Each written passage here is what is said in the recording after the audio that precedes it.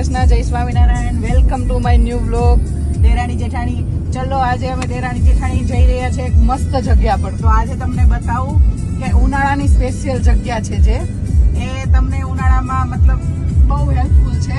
આવો અને જોવો કે કેવી મસ્ત જગ્યા છે. ચલો આજે કંઈક નવું યુનિક બતાવું. જો આટલો ટ્રાફિક છે, આટલો તડકો છે, તોય અમે નીકળ્યા છીએ એન્જોય કરવા માટે. એન્જોય કરવા માટે મોંઘી જગ્યા જરૂરી નથી. એન્જોય કરવા માટે તમે ગમે ત્યારે કેરી તોડવી હોય, ખાવી હોય, વેડવી હોય. શું કહેવાય કેરી તોડીએ એને? વેડવી કહેવાય. વેડવી, તોડવી ન કહેવાય.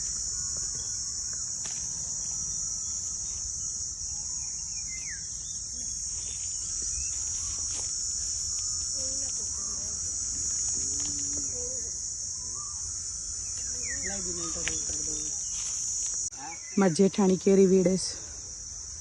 આવડે છે કેરી વેડતા? બહુ આવડે. આવું તો ખેતરે રહી જા. તોડવું, કાપવું, કૂટવું ને એવું જ બહુ આવડે. ભાંગવું હોય.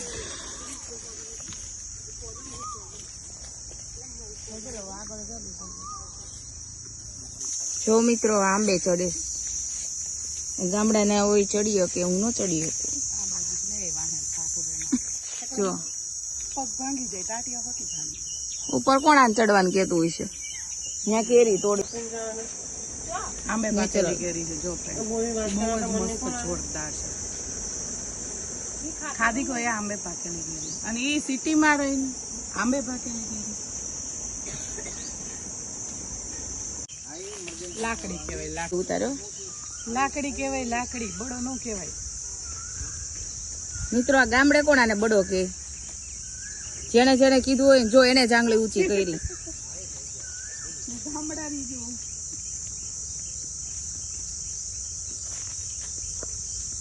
બધું સમજાવે છે. તડકો લાગે ને એ કેરી એકદમ પેલી થઈ જાય બહાર થી, અંદર થી નહીં. ઓલા હલવાઈ જાય. જો એક ઓલું હલવાઈ ગયું બિચારું. મરી ગયું એવું કેમ લાગે? ના, પોપટ છે. ચલો ફ્રેન્ડ, બાય બાય. તો આજના બ્લોગમાં આટલું જ હતું. અમારા ઇન્સ્ટાગ્રામની આઈડી પર યુટ્યુબની લિંક આપેલી છે, તો એમાં જઈને સબસ્ક્રાઈબ કરજો, લાઈક કરો, કમેન્ટ કરો. Bye bye. જય શ્રી કૃષ્ણ. Bye bye.